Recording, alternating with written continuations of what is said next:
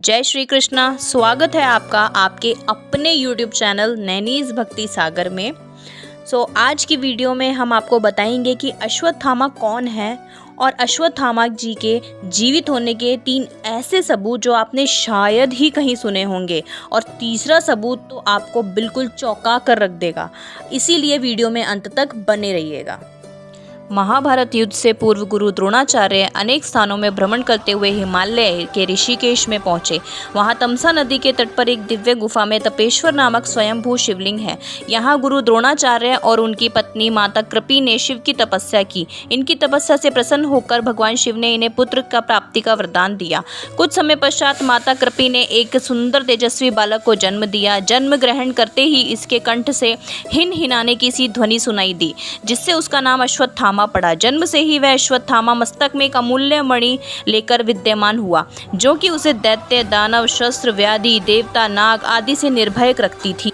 अश्वत्थामा अपने पिता द्रोणाचार्य की तरह शास्त्र व शस्त्र विद्या में निपुण थे। गुरु द्रोण और अश्वत्थामा ने कौरवों की तरह महाभारत का युद्ध लड़ा। युद्ध में वह कौरव पक्ष के एक सेनापति थे। पिता पुत्र की जोड़ी ने महाभारत में पांडव सेना को बहुत क्षति पहुंचाई। पांडवों की पराजय देखकर श्री कृष्ण ने युधिष्ठिर को कूटनीति अपनाने का परामर्श दिया।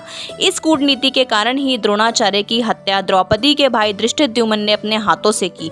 युद्ध समाप्त होने के बाद पिता की मृत्यु का बदला लेने के लिए अश्वत्थामा ने पांडवों के 5 पुत्रों को मार डाला। साथ ही उन्होंने धृष्टद्युम्न की भी हत्या कर दी।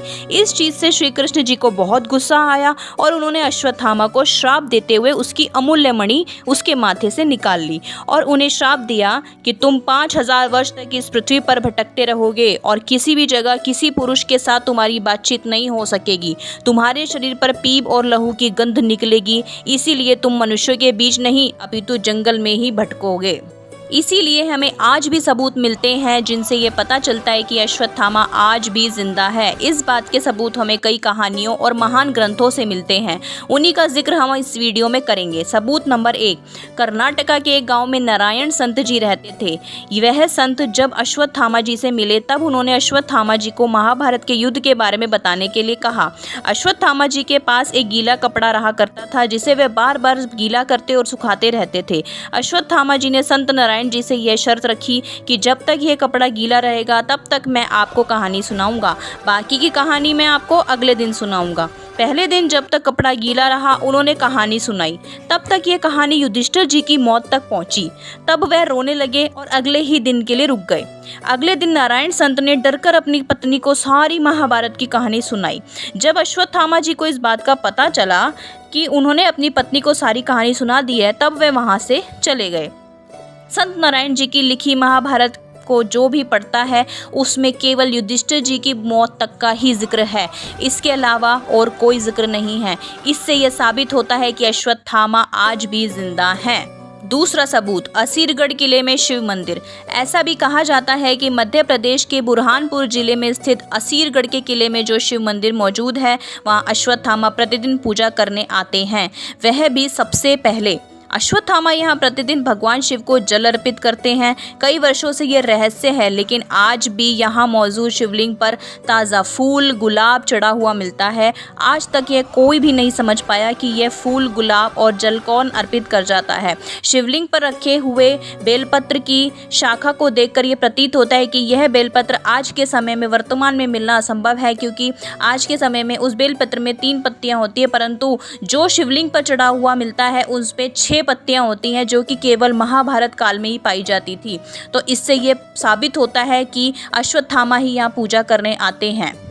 तीसरा सबूत, पृथ्वीराज चौहान से मिले अश्वत्थामा।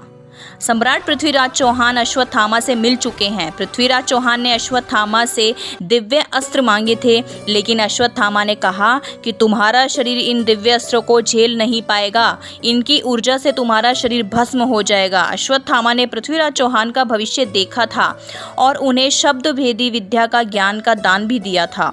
अश्वत्थामा को पता था कि उनकी आंखें निकाली जाने वाली है और फिर उसी विद्या से वह बिना देखे पृथ्वीराज चौहान ने मोहम्मद गौरी को को मारा था।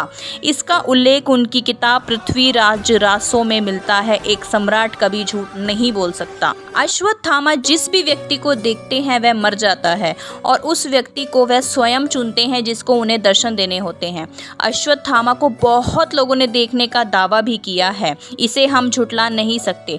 अश्वत्थामा को अमरता का वरदान प्राप्त था। श्री कृष्ण जी ने उन्हें जीवन भर यानी अगले युग का चक्र आरंभ होने तक भटकते रहने का श्राप दिया था, जिसके कारण आज भी वह जंगलों में भटक रहे हैं। इन सभी सबूतों से यह साबित होता है कि अश्वत्थामा जी आज भी मौजूद हैं।